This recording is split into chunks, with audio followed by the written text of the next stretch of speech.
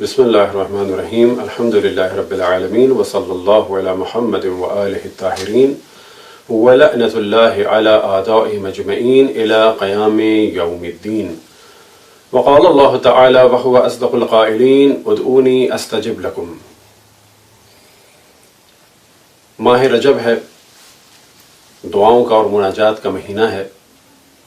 رجب کے بہت سارے اعمال ہیں، لیکن اس وقت ہم ایک خاص عمل کے بارے میں گفتگو کریں گے کہ جسے کہا جاتا ہے عمل ام داؤد۔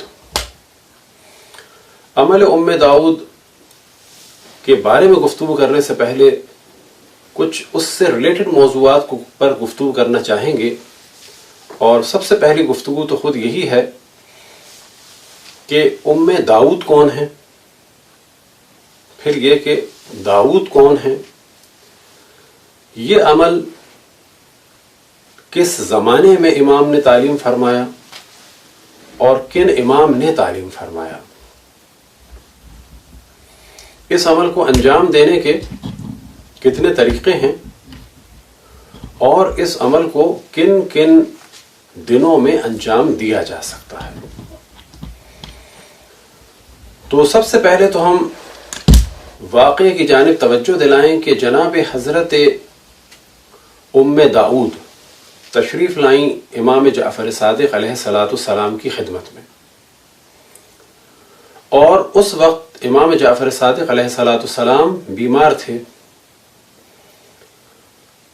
جناب حضرت ام داؤد نے سوال کیا ان کی بیماری کے بارے میں، اور جب وہ جانے لگیں تو کچھ دیر پہلے امام جعفر صادق علیہ السلام نے ان سے سوال کیا ان کے صاحبزادے داؤد کے بارے میں، اور وجہ یہ تھی کہ جناب داؤد کو گرفتار کر کے لے جایا گیا تھا بغداد منصور دوانقی ملعون کے زمانے میں۔ ان کی رہائی کے لیے امام جعفر صادق علیہ السلام نے جناب ام داؤد کو یہ عمل بتایا تھا، اور اس واقعے سے یہ محسوس ہوتا ہے کہ جب امام نے یہ عمل بتایا تو کہا کہ اب رجب آنے والا ہے، یا بالفاظ دیگر ان ایام کو انجام دینے کے دن آنے والے ہیں۔ تو لگتا یہ ہے کہ یہ واقعہ امام نے ممکن ہے کہ یا جمادی الاول میں یا جمادی الثانی میں بتایا، کہ جس سے روایتوں کو دیکھیں تو پتہ چلتا ہے کہ انہوں نے کچھ دن انتظار کیا اور پھر اپنے آپ کو ذہنی طور پہ تیار کیا، اور وہ انتظار کر رہی تھیں اس عمل کو انجام دینے کے لیے۔ تو یہ تو ہم نے خلاصتاً اصل واقعہ بیان کیا۔ اب وہ سارے موضوعات کے جو اس واقعے سے ریلیٹڈ ہیں انہیں ہم تدریجاً بیان کرتے ہیں، اور پہلا سوال یہ کہ حضرت ام داؤد کون ہیں، ان کا نام کیا ہے، اور ان کا تعلق امام جعفر صادق علیہ السلام سے کیا ہے۔ تو پہلا موضوع یہ ہے کہ جناب حضرت ام داؤد یہ رضاعی والدہ تھیں امام جعفر صادق علیہ السلام کی، یعنی انہوں نے امام جعفر صادق علیہ السلام کو دودھ پلایا تھا، اور امام جعفر صادق علیہ السلام کے دودھ شریک بھائی تھے جناب داؤد بن حسن مثنی بن امام حسن بن مولا امیر المؤمنین علیہ السلام۔ تو اس وقت ہماری گفتگو ہے جناب ام داؤد کے بارے میں۔ اگلے مرحلے میں ہم گفتگو کریں گے دوبارہ حضرت داؤد کے بارے میں، یعنی داؤد بن حسن بن مولا امیر المؤمنین علیہ السلام۔ تو ام داؤد کے بارے میں جو پہلا سوال ذہن میں آ سکتا ہے وہ یہ ہے کہ ان کا نام کیا تھا، کیونکہ ام داؤد یہ ان کی کنیت ہے۔ اب اس چیز کی جانب ہم توجہ دلائیں کہ عرب کلچر میں ایک ہے نام، جیسے کہ مولا امیر المؤمنین علیہ السلام کا نام علی، اور جیسا کہ رسول اللہ صلی اللہ علیہ وسلم کا نام محمد، اور رسول اللہ صلی اللہ علیہ وسلم کی کنیت ابو القاسم، اور مختلف ان کے القاب ہیں، اور ان میں سے ایک مشہور ترین لقب ہے مصطفیٰ. اور مولا امیر المومنین علیہ الصلوۃ والسلام کا نام علی، کنیت ان کی ابو الحسن، اور القاب ان کے بہت سارے ہیں، ان میں سے ایک مشہور ترین لقب ہے مرتضیٰ. بس ایک چیز ہے نام، ایک ہے لقب یعنی ٹائٹل، اور ایک ہے کنیت.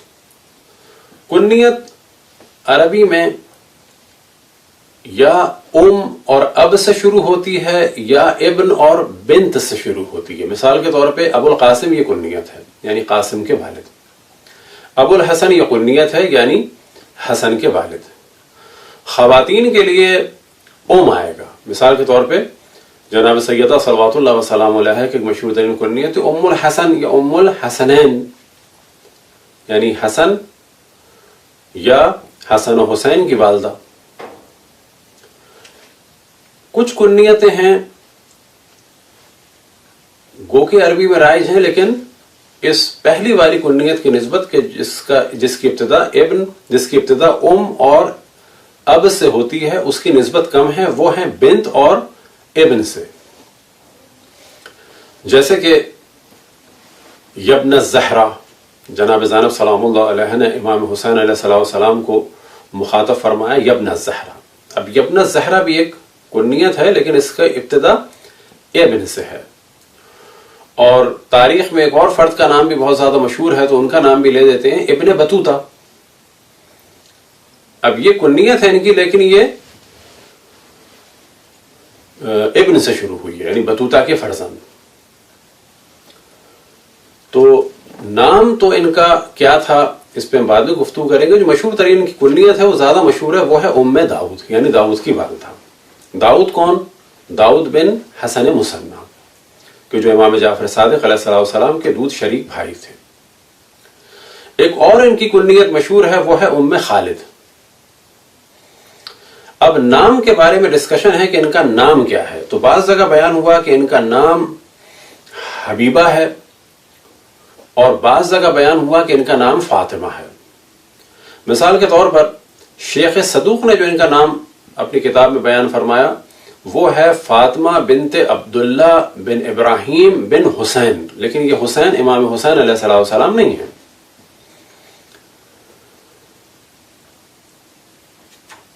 اسی طرح سے اقبال الاعمال میں کہ جو اعمال کی مشہور ترین کتاب ہے اور اس کے مؤلف ہیں جناب سید ابن طاووس، اور یہ جناب سید ابن طاووس انہی حضرت داؤد بن حسن مثنی کی نسل سے ہیں.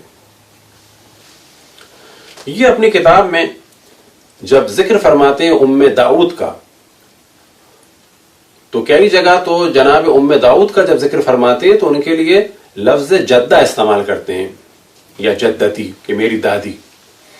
لہذا فرماتے ہیں کہ اعلم ان هذا الدعاء الذي نذكره في هذا الفصل دعاء عظيم الفضل معروف بدعاء ام داود وهي جدتنا الصالحة المعروف بام خالد البربریہ. کہ جان لو کہ یہ دعا کہ جس کا ہم ذکر کرنے والے ہیں اس فصل میں یہ ایک عظیم الشان عظیم المنزلت دعا ہے کہ جو معروف ہے، یعنی اس دعا کا نام ہے مشہور کیا؟ دعائے ام داؤد. اور یہ ام داؤد کون ہے؟ وہی جدتنا الصالحہ، یہ ہماری بہت ہی صالحہ اور پاک و پاکیزہ جدہ ہیں. المعروف بام خالد، کہ جن کی یہ کنیت ہے ام خالد البربریہ. اب ایک ڈسکشن یہ ہے کہ یہ ہیں کہاں کی. تو بعض جگہ بیان ہوا کہ یہ بربری ہیں. بربر کے بارے میں یہ ذہن میں رہے کہ ایک تو بربر شہر ہے کہ جو سوڈان میں ہے، ایک ہے بربر قوم کہ جو اس وقت تیونس میں، الجزائر میں، مراکش میں اور اسی طرح سے لیبیا میں ہے. ان کی ایک اپنی زبان ہے اور اس زبان کو کہا جاتا ہے امازیغ. جس طرح سے پاکستان کی نیشنل لینگویج اردو ہے لیکن یہاں پر پشتو بھی ہے، پنجابی بھی ہے، سرائکی بھی ہے، بالکل اس طرح نارتھ افریقہ کی پرانی لینگویجز میں سے ایک لینگویج ہے امازیغ، اور اس وقت وہاں پر جو نیشنل موومنٹ چل رہی ہے ان علاقوں میں، ان میں سے ایک یہ ہے کہ نارتھ افریقہ میں اس زبان کو آفیشلائز کیا جائے. تو ابھی بھی یہ زبان چل رہی ہے، اور اس زبان کو امازیغ بھی کہا جاتا ہے اور بربری زبان بھی کہا جاتا ہے. اب ایک احتمال جو دیا جاتا ہے کہ یہ فاطمہ امام حسین کی نسل سے ہیں، وہ تو بہت بعید ہے، کیونکہ یہ امام حسین کی نسل سے نہیں ہے. کیونکہ جو شجرہ بیان ہوا ہے وہ بیان ہوا ہے فاطمہ بنت عبداللہ بن ابراہیم بن حسین، امام حسین کے فرزند ابراہیم کے جن کی نسل چلی وہ کوئی نہیں تھے. اب یہ کہ یہ عرب تھی یا غیر عرب تو بعد میں ہم بیان کریں گے دلیل کے طور پہ کہ ان کا غیر عرب ہونا بظاہر زیادہ محسوس ہوتا ہے. البتہ خود ان کی نسل سے جو جناب سید ابن طاووس ہیں انہوں نے ان کو بربری لکھا ہے، اور بربری کے بارے میں ہم نے بتایا کہ ان کی زبان عربی نہیں تھی. یہ نارتھ افریقہ کی یہ قوم ہے کہ جو تونس، الجزائر اور مراکش میں تھی. اب اس کے بعد فرماتے ہیں ام جدنا داؤد، یہ کون تھی؟ ہمارے جد داؤد کی والدہ تھیں. داؤد کون؟ داؤد بن حسن مشتبہ بن مولا امیر المؤمنین علیہ الصلاۃ والسلام.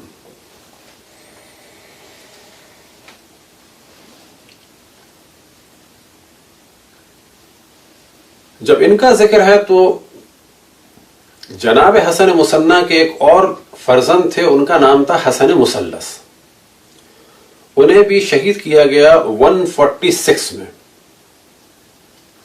اور سب سے پہلے یہی شہید ہوئے اور انہیں بھی گرفتار کیا گیا تھا جناب داؤد کے ساتھ.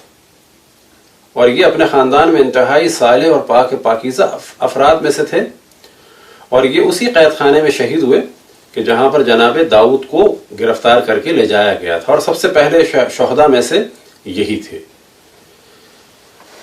اب جب جناب حسن مثلث کا ذکر ہوا تو ایک ذکر ہم کریں گے اور کہ جو اس دعا سے تو ریلیٹڈ نہیں ہے، لیکن اس کا ذکر عام طور پہ محرم میں کرتے ہیں. انشاءاللہ اگر زندگی رہی تفصیل سے ایک اور دفعہ ہم بھی ہم ذکر کریں گے، اور وہ ذکر ہے جناب حسین بن علی شہید فخ کا. تاریخ میں جو مشہور ترین ذات ہے وہ ہے ذات مقدس امام حسین علیہ السلام، جو حسین کے نام سے ہیں، اور ان کے بعد ایک اور حسین ہیں. امام حسین علیہ السلام کا نام حسین ابن علی یعنی ابن مولا امیر المؤمنین علیہ السلام. ایک حسین بھی تاریخ میں گزرے ہیں جو امام حسن علیہ السلام کی نسل سے تھے. ان کا نام تھا حسین ابن علی ابن حسن المثلث ابن حسن المثنى ابن حسن المجتبہ ابن مولا امیر المؤمنین علیہ السلام. یہ جس طرح تاریخ میں لکھا جاتا ہے حسین ابن علی بن حسن بن حسن بن حسن بن علی. ان کا مشہور ترین ایک لقب ہے حسین ابن علی شہید فخ، اور امام حسین علیہ السلام کا ایک لقب ہے حسین ابن علی شہید طف، طویف. طف کربلا کے ناموں میں سے ایک نام ہے، اور فخ مکے کا ایک علاقہ ہے کہ آج اس علاقے کو مکے ہی میں شامل مانا جاتا ہے، لیکن سابقہ زمانے میں مکے سے تقریباً 6 میل باہر تھا. لیکن اب کیونکہ مکہ بڑھ گیا تو مکے میں آ گیا ہے. وہاں آج بھی قبریں موجود ہیں اور ارد گرد عمارتیں ہیں. اس مقام کو کہا جاتا ہے فخ. یہاں پر جناب حسین ابن علی یعنی امام حسن کی نسل سے یہ تھے.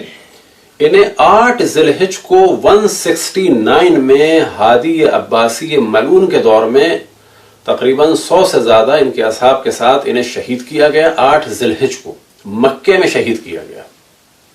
وجہ کیا تھی کہ یہ لوگ مخالف تھے مدینے میں ہادی عباسی کے، لیکن یہ حج کرنے آئے تھے اور اپنا اسلحہ چھوڑ کے آئے تھے. ان کو امان بھی دی گئی تھی، لیکن انہیں 8 ذی الحجہ کو مکے میں قتل کیا گیا. ان کے سروں کو پھر بعد میں مدینے لایا گیا، اور امام موسیٰ کاظم علیہ السلام کو ان کے سروں کو رکھ کر اس میں سے گزارا گیا.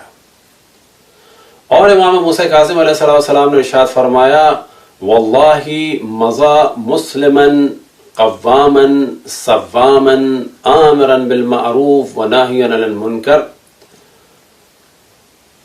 کہ خدا کی قسم یہ مسلمان دنیا سے گیا، نمازیں کثرت سے پڑھنے والا، روزے کثرت سے رکھنے والا، امر بالمعروف کرنے والا اور نہی عن المنکر کرنے والا۔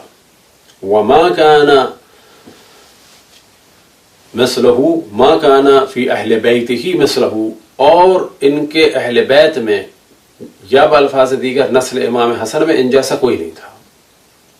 یہ واقعہ عام طور پر کیونکہ نہیں پڑھا جاتا تو ہم توجہ دلاتے ہیں کہ 100 سے زیادہ سروں کے درمیان سے امام موسیٰ کاظم علیہ السلام کو گزارا گیا۔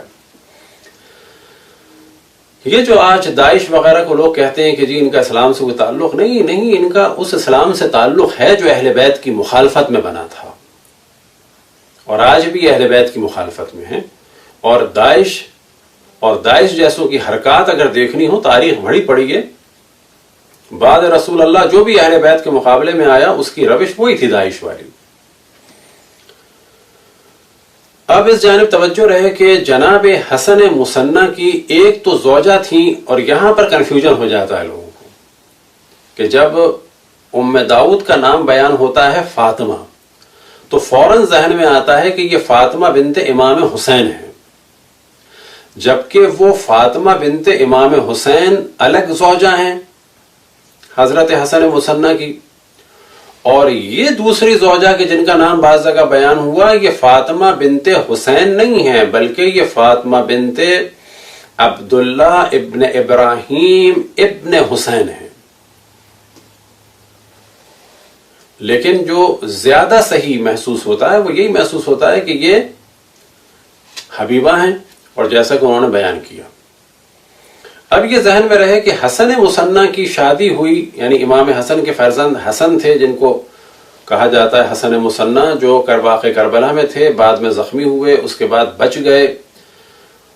پھر ان کا والدہ کی جانب سے جو ایک رشتہ دار تھا اسما ابن خارجہ، اس نے عبید اللہ ابن زیاد سے سفارش کی اور ان کو مدینے بھجوا دیا گیا، اور ان کی زوجہ تھیں فاطمہ بنت حسین،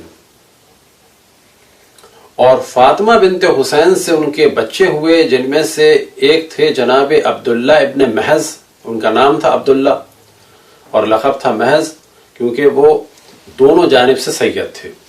اسی طرح سے ابراہیم اور حسن مثلث کے جن کا ہم نے ذکر کیا، اور انہی کی نسل سے تھے علی، اور علی کی نسل سے تھے پھر جناب حسین ابن علی شہید فخر کے، جن کی ہم نے ابھی مختصر سی ہسٹری بیان کی تھی۔ اور ان کی 2 صاحبزادیاں تھیں زینب اور ام کلثوم، یہ تھیں امام حسین کی صاحبزادی فاطمہ بنت حسین سے جو نسل چلی حسن مصنع کی۔ اور داؤد کی والدہ کا نام تھا ام داؤد، یعنی لقب کنیت تھی، اور نام ان کا جیسا کہ ہم نے پہلے بیان کیا حبیبہ۔ تو یہ ذہن میں رہے کہ حسن مصنع کی ایک زوجہ فاطمہ بنت حسین تھی، وہ بالکل الگ ہیں، اور جن سے عمل ام داؤد بیان ہوا ہے یہ فاطمہ بنت عبداللہ تھیں کہ جو بالکل الگ ہیں، لیکن زیادہ مشہور جو ان کا نام بیان ہوا ہے وہ حبیبہ بیان ہوا ہے، اور جو کنیت بیان ہوئی ہے وہ ام خالد، اور جو زیادہ مشہور کنیت بیان ہوئی ہے وہ بیان ہوئی ہے ام داؤد۔ پھر جناب حسن مصنع کی ایک اور زوجہ تھی جن کا نام تھا رملہ۔ خیر، ام داؤد سے ایک تو ان کے فرزند سے داؤد اور جعفر، اور اسی طرح سے رملہ سے محمد اور رقیہ اور فاطمہ۔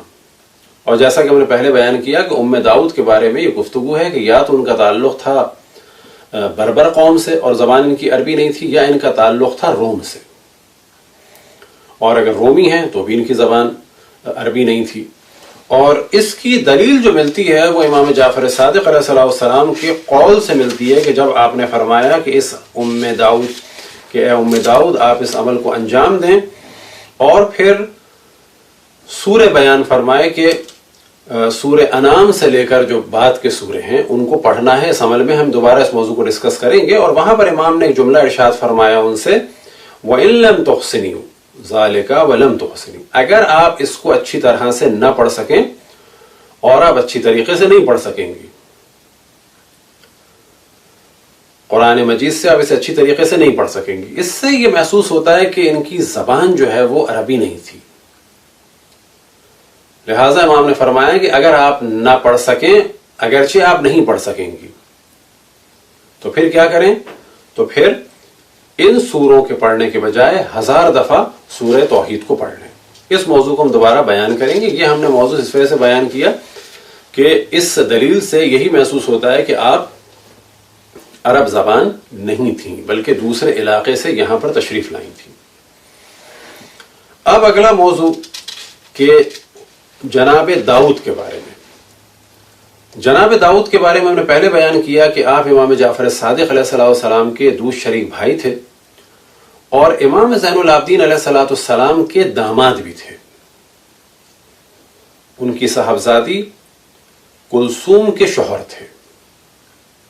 اس رشتے سے جناب داؤد ایک جانب تو ان کے دودھ شریک بھائی ہیں تو دوسری جانب ان کے پھپھا بھی ہیں۔ اب یہ ذہن میں رہے کہ سابقہ دور میں یہ ہوتا تھا کہ ایک بچہ شادی کے قابل ہے یا شادی بھی ہو چکی ہے، دوسری جانب ایک اپنا بچہ پیدا ہوا ہے کہ جو ابھی 1-2 مہینے کا ہے، جبکہ اس سے بڑا ممکن ہے نواسا ہو، جیسا کہ کربلا میں امام محمد باقر علیہ السلام تقریباً 3 اور 4 سال کے درمیان تھے، لیکن وہ کون تھے؟ پوتے تھے امام حسین کے، لیکن خود ان کے فرزند حضرت علی اصغر 6 مہینے کے تھے۔ یا ایک قول کے مطابق خود عاشور کے دن ایک بچے کی ولادت ہوئی کہ جن کا نام عبداللہ تھا، وہ اس دن پیدا ہوئے۔ تو سابقہ دور میں یہ چیز بڑی نارمل تھی کہ پوتے سے چھوٹے اپنے بیٹے یا اپنی بیٹیاں۔ پھر ایک جگہ بیان کیا جناب سید ابن طاؤس نے ان کی معرفی کراتے ہوئے کہ یہ کون ہیں؟ ابو سلیمان نام ہے ان کا۔ جناب داؤد کا نام داؤد ہے اور جو ان کی کنیت ہے وہ ابو سلیمان ہے۔ ابو سلیمان بن حسن مثنی بن امام حسن مجتبی بن مولا امیر المؤمنین علیہ السلام۔ پھر ان کے بارے میں فرماتے ہیں وَهُوَ ابن داعیت ابی عبداللہ جعفر محمد ابن الصادق علیہ السلام، اور وہ ان کی دایا۔ اب دایا عربی میں جو ہے وہ دونوں معنی میں استعمال ہوتا ہے، لیکن جو زیادہ ہوا استعمال اور جو روایتوں میں کثرت سے واضح کیا گیا کہ ام داؤد امام جعفر صادق علیہ السلام کی رضائی والدہ بھی تھیں، کیونکہ اگر یہ فقط دایا مان لی جائیں، کیونکہ دایا کے 2 معنی ہیں کہ جو بچوں کی کفالت کرے اور دیکھے، جو ہمارے اردو میں بھی کہتے ہیں، اور دوسرے معنی کیا ہیں کہ جو دودھ بھی پلائے۔ تو کیونکہ جناب داؤد ان کے بھائی تھے، امام جعفر صادق علیہ السلام کے دودھ شریک بھائی، اس سے محسوس ہوتا ہے کہ وہ دایا بمعنی رضائی والدہ کے ہیں۔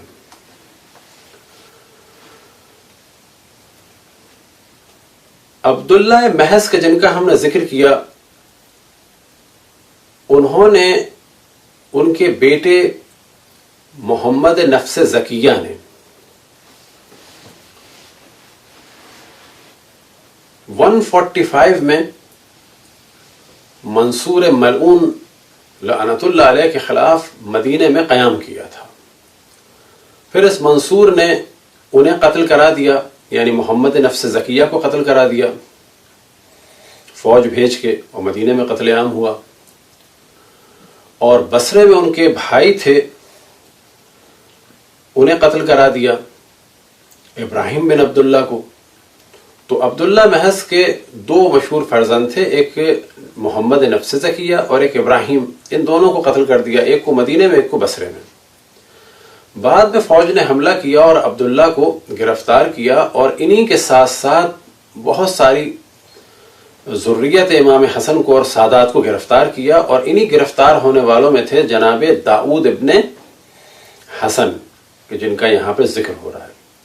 اور یہ جناب عبداللہ کے بھائی تھے، عبداللہ محض کے بھائی تھے دوسری والدہ سے، اور اس کو ہم بیان کر چکے کہ عبداللہ محض کی والدہ امام حسین کی صاحبزادی تھی فاطمہ بنت حسین، اور یہ فرزند تھے جناب ام داؤد کے۔ انہیں گرفتار کیا گیا اور ان کو پھر لے جایا گیا۔ اب جب ان کو لے جایا گیا گرفتار کر کے، تو پھر یہ دعا امام نے نقل فرمائی تھی ان سے۔ اب جب یہاں پر ذکر ہو رہا ہے تو کچھ اور چیزوں کو بھی بیان کریں۔ انہی عبداللہ کے ایک فرزند تھے،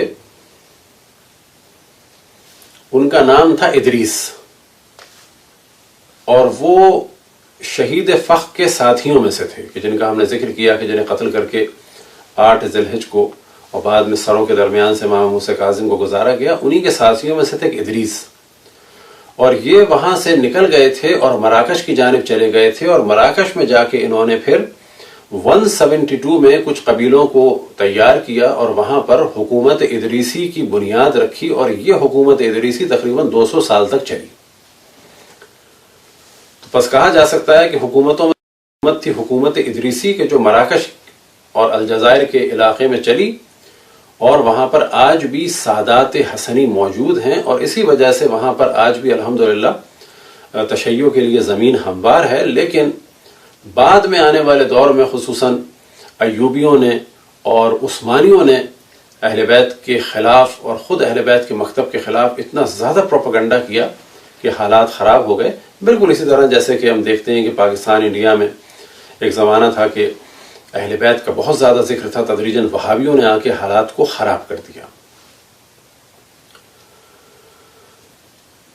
اسی کے ساتھ ساتھ ایک اور ذکر ہو، خصوصاً پاکستان میں رہنے والے حضرات اس کو بہت انٹرسٹ سے سنیں گے، اور ان کا تعلق ہے ایک ہستی کا کہ جو اس وقت کراچی میں دفن ہیں، اور ان کا نام ہے عبداللہ۔ اب یہ عبداللہ کون ہیں؟ تو واضح رہے کہ یہ عبداللہ محض کے پوتے ہیں، اور ان کا شجرہ اس طرح سے ہے کہ ان کا نام تھا عبداللہ اور ان کا لقب تھا اشتر۔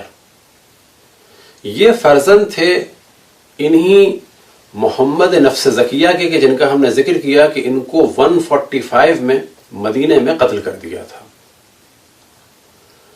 جب انہیں مدینے میں قتل کیا گیا تو اس سے پہلے ان کے دادا نے یعنی خود جناب عبداللہ محض نے اپنے پوتے عبداللہ کو سندھ کی جانب بھیجا تھا۔ وجہ یہ تھی کہ سندھ کا گورنر اس وقت کے جو عباسیوں کی جانب سے تھا، منصور ملعون کی جانب سے تھا، ان کا نام تھا عمر ابن حفظ صفری۔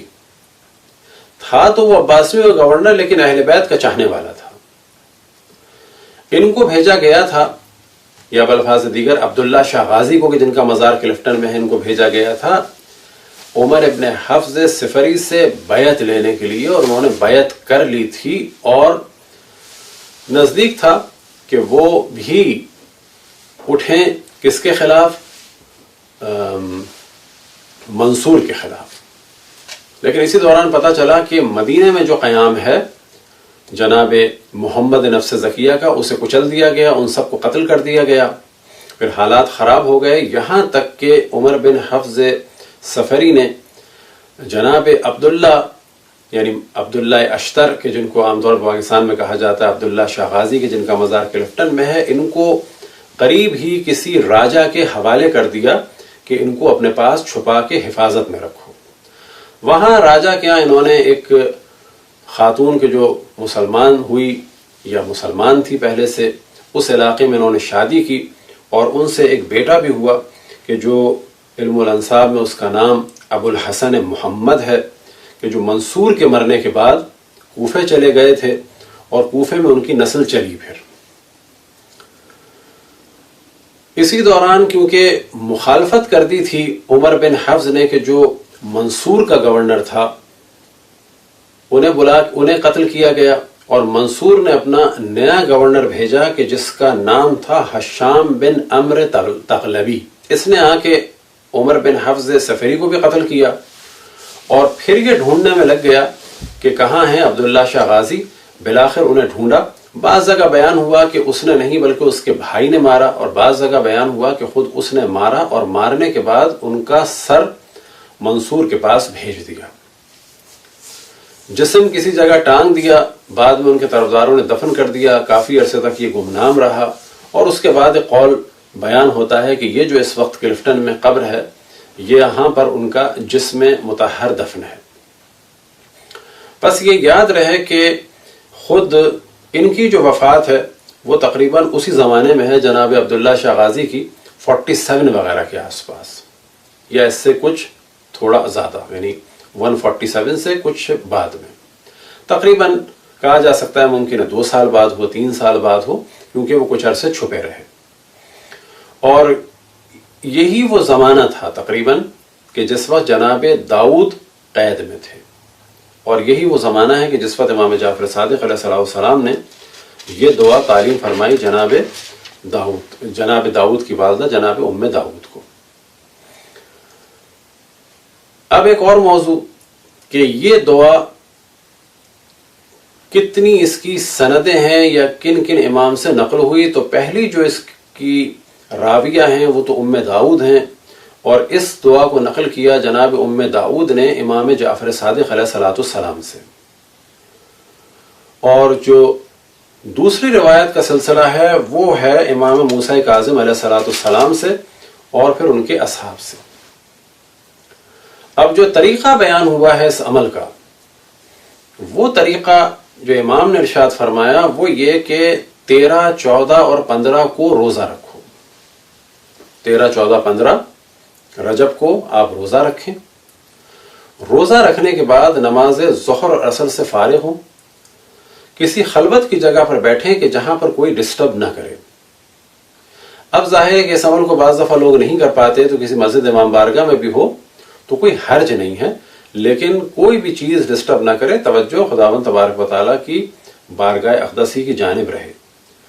پھر اس کے بعد 100 دفعہ سورہ حمد، سورہ حمد کے بعد 100 دفعہ سورہ توحید، سورہ توحید کے بعد 100 دفعہ آیت الکرسی، پھر آیت الکرسی کے بعد سورہ انعام جو 6واں سورہ ہے، پھر بنی اسرائیل جو 17واں سورہ ہے، پھر سورہ کہف کہ جو 18واں سورہ ہے، پھر سورہ لقمان 31واں سورہ، پھر سورہ یاسین 36واں سورہ، پھر سورہ صافات 37واں سورہ، پھر حامیم سجدہ سورہ نمبر 41 41، پھر حامیم عین سین قاف یعنی سورہ شعراء سورہ نمبر 42، پھر حامیم دخان یعنی سورہ دخان سورہ نمبر 44، پھر سورہ فتح سورہ نمبر 48، پھر سورہ واقعہ سورہ نمبر 56، پھر سورہ ملک سورہ نمبر 67، پھر سورہ نون والقلم یا سورہ قلم سورہ نمبر 68، پھر اس کے بعد سورہ انشقاق یا سورہ اذا السماء انشقت سورہ نمبر 84، پھر سورہ نمبر 84 سے لے کے آخر قرآن تک۔ یہ ہے اس کا طریقہ، اور اس کے بعد ہے دعائے ام داؤد۔ اور دعائے ام داؤد کا اگر خلاصہ بیان کیا جائے تو اس میں خداوند تبارک و تعالیٰ کی حمد و ثنا ہے، پھر جناب جبرائیل و میکائیل و اسرافیل و عزرائیل و ملائکہ پر درود و سلام ہے، اور پھر اس کے بعد انبیاء علیہم السلام پر درود و سلام ہے، اور ساتھ ہی انبیاء کے خاص اصحاب جیسے کہ حواری، اور اسی طرح سے اسباط یعنی فرزندان حضرت یعقوب، اور حضرت لقمان کہ جو نبی نہیں تھے لیکن بہت ہی پاک و پاکیزہ اور بزرگ افراد میں سے تھے، ان کا ذکر ہے۔ تو یہ ہیں چند ذکر، اور ان سب پر جو ہے وہ درود و سلام بھیجا گیا، اور آخر میں رسول اللہ صلی اللہ علیہ وسلم اور ائمہ علیہم السلام پر پھر اس کے بعد حاجات کا اور خداوند تبارک و تعالیٰ سے مناجات کا سلسلہ ہے۔ یہ خلاصہ ہے یہ خلاصہ ہے دعائے ام داؤد کا، کہ جس کو دعائے استفتاح بھی کہتے ہیں۔ تو یہ تو ہے اس کا مشہور طریقہ عمل کا کہ جو عموماً بیان ہوا، یہی طریقہ بیان ہوا ہے مفاتیح الجنان میں۔ اب بعض دفعہ لوگ کہتے ہیں کہ یہ اتنا طویل عمل ہم انجام نہیں دے سکتے، یا یہ کہ ہم سورہ اتنی اچھی طریقے سے نہیں پڑھ سکتے۔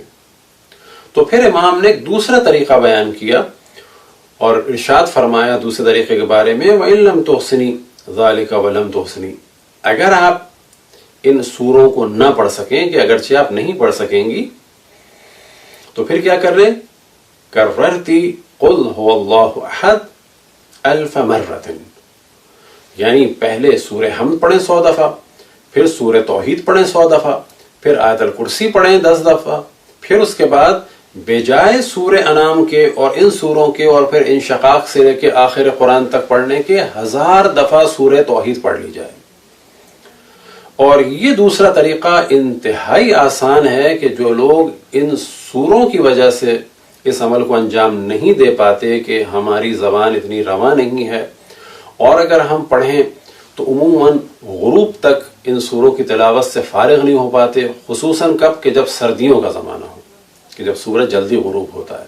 تو ایسی صورت میں، یا اس صورت میں کہ جب تھکن ہو، یا اس صورت میں کہ جب تلاوت نہ کر سکتے ہوں، اچھی اس میں غلطیاں ہوں، یا یہ کہ ٹائم بہت لگتا ہو، تو پھر 1000 دفعہ سورہ توحید پڑھ لی جائے ان سوروں کے بجائے۔ تو ایک طریقہ مشہور طریقہ، دوسرا طریقہ کہ جس میں 1000 دفعہ سورہ توحید پڑھ لیا جائے۔ اسی طریقے کو بیان کیا ہے شیخ مفید نے، لیکن فرق بس اتنا سا ہے، اور لگتا ہے کہ شاید یہ بھی وہی دوسرا طریقہ ہو، کہ انہوں نے فرمایا ہے کہ جب وہ سورہ مخصوص اچھی طریقے سے نہ پڑھے جا سکتے ہوں نصف رجب کو، یا یہ کہ ان سورے پڑھنے کی طاقت نہ ہو، تو پھر کیا کیا جائے؟ حمد کو پڑھا جائے 100 دفعہ، آیت الکرسی کو پڑھا جائے 10 دفعہ، اور 1000 دفعہ سورے کو پڑھا جائے، یعنی سورہ توحید کو پڑھا جائے آخر میں۔ شیخ مفید نے طریقہ جو بیان کیا اور جو دوسرا طریقہ روایت میں بیان ہوا، اس میں فرق یہ ہے کہ اس میں سورہ حمد کے بعد 100 دفعہ سورہ توحید کا ذکر نہیں ہوا، ڈائریکٹ 10 دفعہ آیت الکرسی کا ذکر ہوا۔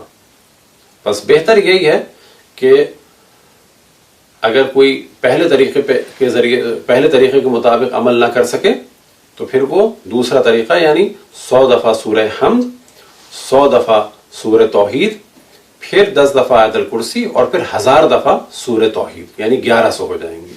شیخ مفید کے طریقے کے مطابق بس 1000 دفعہ سورہ توحید، اور جو سورہ حمد کے بعد 100 دفعہ توحید ہے اس کا ذکر نہیں ہے۔ اب ممکن ہو کہ کوئی اور روایت ہو جو ان کو ملی ہو، اور ممکن ہے کہ اسی طریقے کو انہوں نے نقل کیا ہو اور کاتب سے غلطی ہو گئی ہو اور 100 دفعہ سورہ توحید کا ذکر رہ گیا ہو۔ چوتھا طریقہ جو سید ابن طاؤس نے بیان کیا اقبال الاعمال میں، اور وہ یہ انہوں نے فرمایا، وہ اقول، کہ میں یہ کہتا ہوں، رأیت بعض الروایات، اور میں نے بعض روایات کو دیکھا، وَيُحْتَمَلُ أَن يَكُونَ ذَلِكَ لِأَهْلِ الضَّرُورَاتِ، اور یہ جو طریقہ ہے مجھے لگتا ہے کہ جن کی بہت زیادہ ضرورت ہو اور وہ نہ کر سکتے ہوں پورے عمل کو، یا یہ کہ وہ سفر میں ہوں، یا یہ کہ بہت زیادہ ان کی کوئی مشکل ہو، تو وہ کیا کریں؟ فیجزی ہے قرأت قل هو اللہ احد 100 مرۃ، کہ وہ نماز ظہر اثر کے بعد عمل ام داؤد کو اس طرح سے انجام دے دیں کہ پہلے وہ چیزیں پڑھیں، ان سوروں کے بجائے 100 دفعہ سورہ توحید پڑھ لیں۔ اب یہیں سے ایک جواب یہ مل جاتا ہے کہ اگر کوئی سفر میں بھی ہو تو اس عمل کو انجام دے سکتا ہے، اور سفر میں روزے نہیں رکھ سکتے، تو بس ایک سوال یہ پیدا ہوتا ہے کہ جو روزے نہ رکھ سکتا ہو وہ کیا کرے؟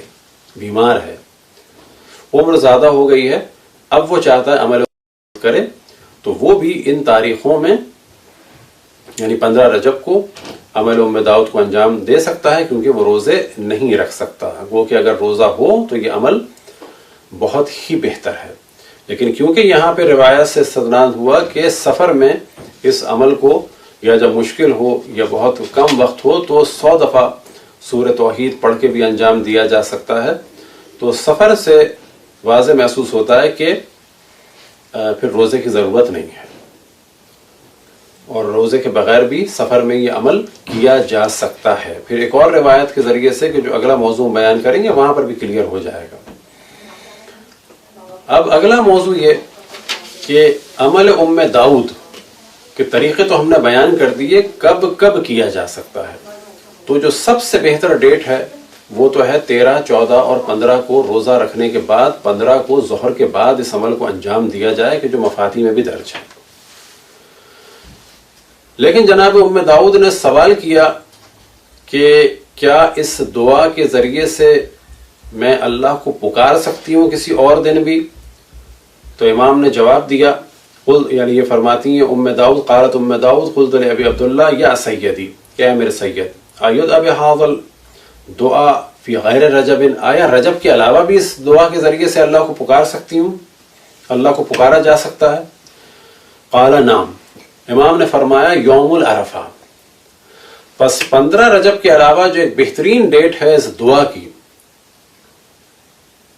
وہ ہے یوم العرفہ، یعنی 9 ذی الحج کے جو دعاؤں کا بہترین دن ہے۔ پھر امام نے فرمایا کہ اگر یوم عرفہ کو جمعہ ہو جائے، یعنی اگر یہ جمعے کے دن یوم عرفہ ہو جائے تو اور زیادہ فضیلت ہے، اور دعا ختم ہونے سے پہلے صاحب دعا کی مغفرت ہو جائے گی۔ پھر اس کے بعد اور جگہ کتب میں بیان ہوا اور روایات ہی کے ذریعے سے، کیونکہ ظاہر بعد میں ائمہ سے پوچھا گیا ہوگا، تو جناب ابن طاؤس فرماتے ہیں وفی روایتین، کہ 2 روایات میں نقل ہوا، قال نعم فی یوم العرفہ، یہ تو پہلے ہم بیان کر چکے، پھر دوسرا کیا بیان ہوا، فی کل یوم دعا فإن اللہ یجیب انشاءاللہ، کسی دن بھی دعا کریں، یعنی اس دعا کو کسی دن بھی پڑھا جائے، اس عمل کو کسی دن بھی انجام دیا جائے ترتیب سے، تو خداوند تبارک و تعالی دعاؤں کو قبول کرنے والا ہے۔ لیکن جو صحیح معنی میں عمل ہے اس کا، یا الفاظ دیگر تمام فضیلتوں کے ساتھ، وہ عمل اسی صورت میں ہوگا، اور جو بہترین وقت ہے اور بہترین شرائط کے ساتھ 13، 14، 15 رجب کو روزہ رکھا جائے، 15 کو بعد ظہر اس عمل کو انجام دیا جائے۔ تو جناب ام داؤد نے اس عمل کو انجام دیا، اور جب یہ عمل انجام دیا تو اسی رات جناب داؤد نے خواب میں دیکھا کہ میری ماں چٹائی پہ بیٹھی ہوئی عبادت کر رہی ہیں، اور ان کے ارد گرد بڑے بڑے قد کے افراد ہیں کہ جن کے زمین پر پاؤں ہیں اور سر آسمان میں ہیں، انہی کے درمیان ایک بہت ہی خوبصورت اور خوشبو والے فرد ہیں کہ میں خواب میں سمجھ گیا کہ یہ رسول اللہ صلی اللہ علیہ وآلہ وسلم ہیں، اور انہوں نے جو ہے بشارت دی کہ تمہاری ماں نے دعا کی ہے جو اللہ سبحانہ و تعالیٰ نے قبول فرمائی ہے۔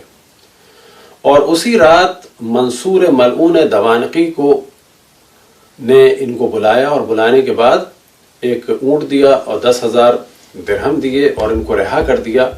اور جناب ام داؤد فرماتی ہیں کہ جتنی تیزی سے ایک سواری بغداد سے پہنچ سکتی ہے مدینے، اتنے ہی دنوں میں جناب داؤد پہنچ گئے۔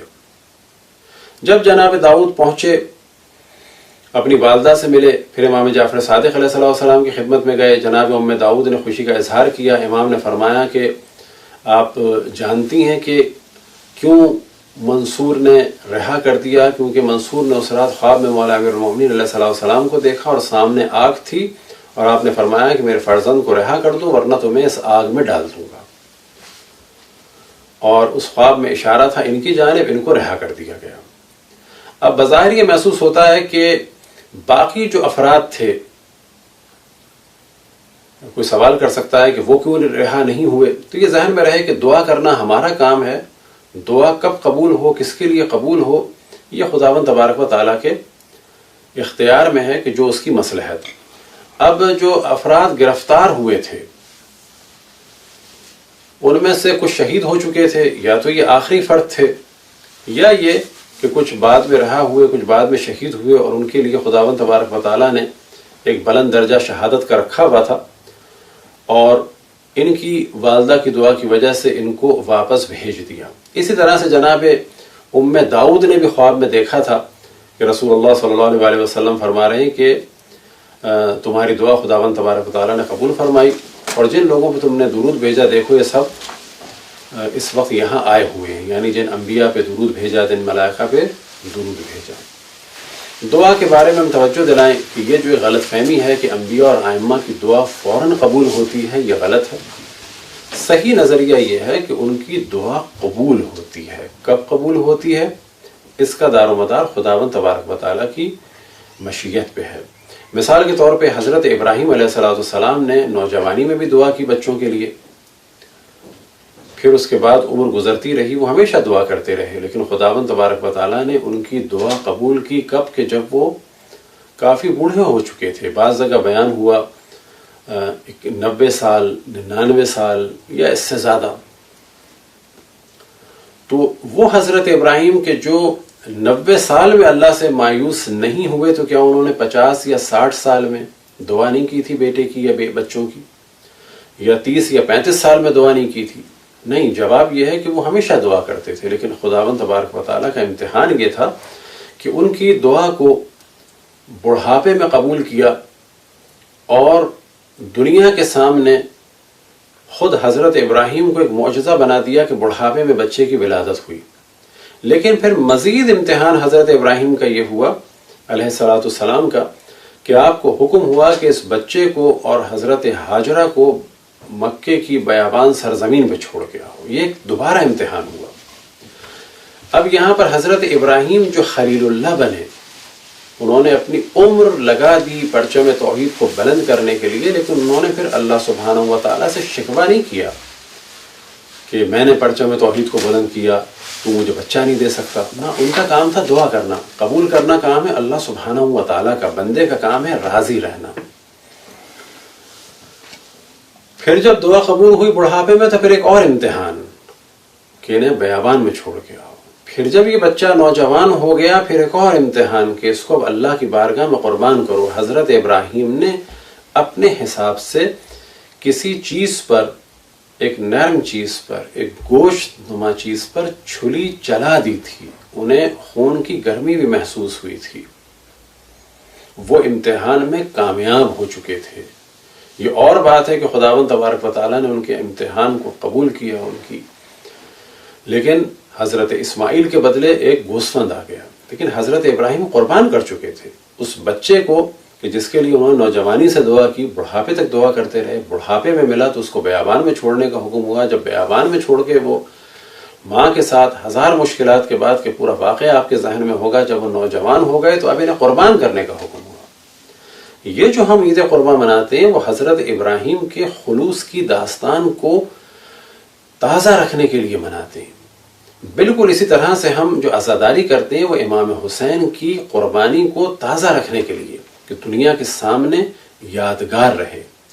جس طرح سے حج مجموعہ ہے ان ارکان کا اور ان افعال کا کہ جس کا تعلق حضرت ابراہیم و حضرت اسماعیل و حضرت ہاجرہ سے ہے، خود حج کا تعلق ان مقامات سے جن کا تعلق حضرت ابراہیم، حضرت اسماعیل و حضرت ہاجرہ سے ہے، بالکل اسی طرح عزاداری امام حسین علیہ السلام میں جتنی رسوم ہیں، در حقیقت ان کا تعلق ہے قربانی امام حسین علیہ السلام کو زندہ رکھنے سے۔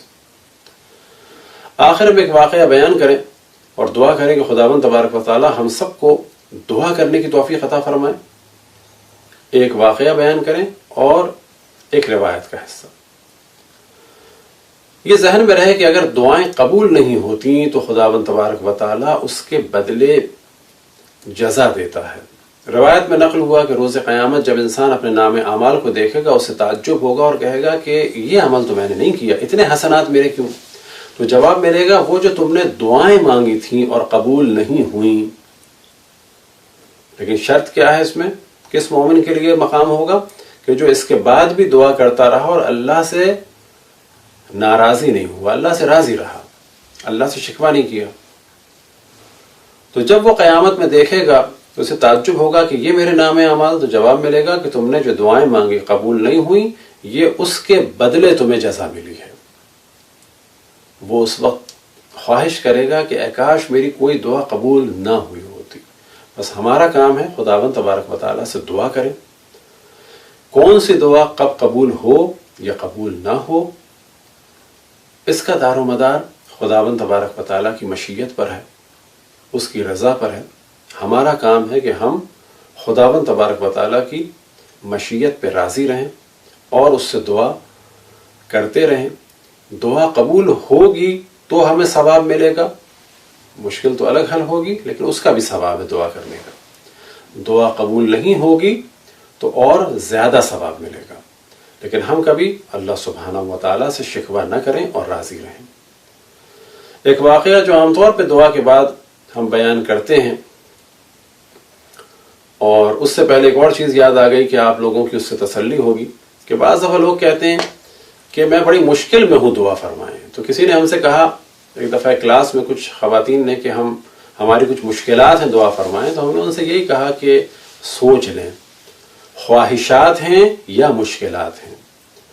بس جب بھی ہم کسی سے دعا کے لیے کہیں تو یہ ذہن میں رہے کہ مشکل ہے یا حاجت ہے. بعض دفعہ ہم میں سے کسی کو کوئی مشکل نہیں ہوتی، ہماری خواہشات ہوتی ہیں، لیکن جب ہم کہتے ہیں کہ ہم ایک مشکل میں گرفتار ہیں تو در حقیقت ہم اللہ سبحانہ و تعالیٰ کی نعمتوں کا انکار کر رہے ہوتے ہیں. ہمیں کوئی مشکل نہیں ہے، خواہش ہے. تو یہ بھی چیزیں ذہن میں رہیں. بس واقعہ یہ تھا کہ تقریباً جب 25 یا 26 سال کی ہماری عمر تھی اور قم میں تھے تو حضرت آیت اللہ العظمیٰ بہجت رضوان اللہ تعالیٰ علیہ کہ جو عبادت خداوند تبارک و تعالیٰ کا بہترین ایک مظہر تھے اس دنیا میں، تو خود میں نے ان سے کہا کہ بعض دفعہ دعا کرتے کرتے ایک عجیب سی کیفیت ہو جاتی ہے، ایک نا امیدی کی سی کیفیت. اب کس وقت ہم نے ان سے کہا؟ تقریباً 25 سال کی عمر پہ یا 26 سال کی عمر پہ. تو ان کے بہت سارے واقعات ہیں، وہ بہت لطیف نکات بھی بیان کرتے تھے اور بعض دفعہ چھوٹا سا جملہ کہتے تھے اور لوگوں کو ہنسا بھی دیتے تھے. اس وقت بھی انہوں نے ایک جملہ کہا کہ اس کے بعد خود بھی مسکرائے، مجھے بھی ہنسی سی آئی اور سمجھ میں آ گیا وہ کیا کہنا چاہ رہے ہیں.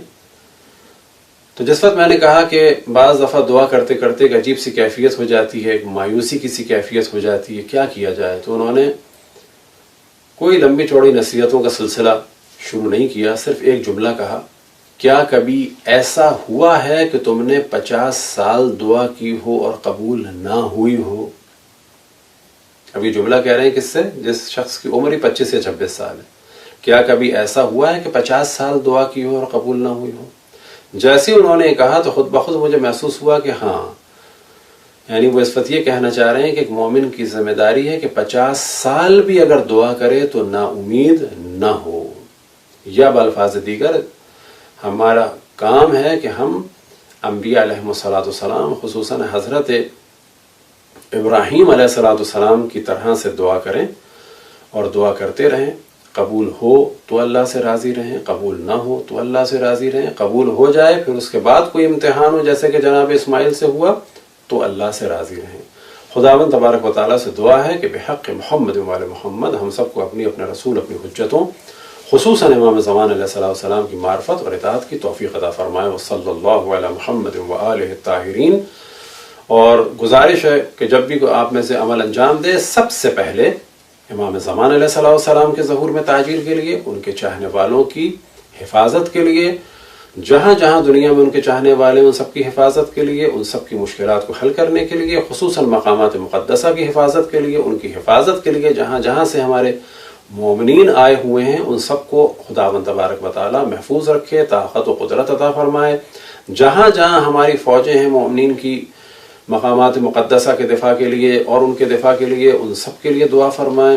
اسی طرح سے شام میں اس وقت 2 شہر ہیں کہ جن کا نام ہے فوعا و کفریہ. وہاں پہ تقریباً اس وقت ان وہابی دہشت گردوں کے محاصرے میں 30,000 کے قریب مؤمنین ہیں اور ان کی جان کو خطرہ ہے. پچھلے 5 دن پہلے کی جو اطلاع تھی یا 10 دن پہلے کی، جب آپ پروگرام دیکھیں گے تقریباً اس سے 20 دن پہلے کی، تو وہاں پر کھانا پینا ختم ہو چکا تھا. دعا فرمائیں کہ خداوند تبارک و تعالیٰ امام کے ظہور میں تعجیل فرمائے، ان کے چاہنے والوں کی حفاظت فرمائے، ہم سب کو ان کے اصحاب اور انصار میں شامل فرمائے. پر محمد و آل محمد صلی اللہ علیہ وسلم.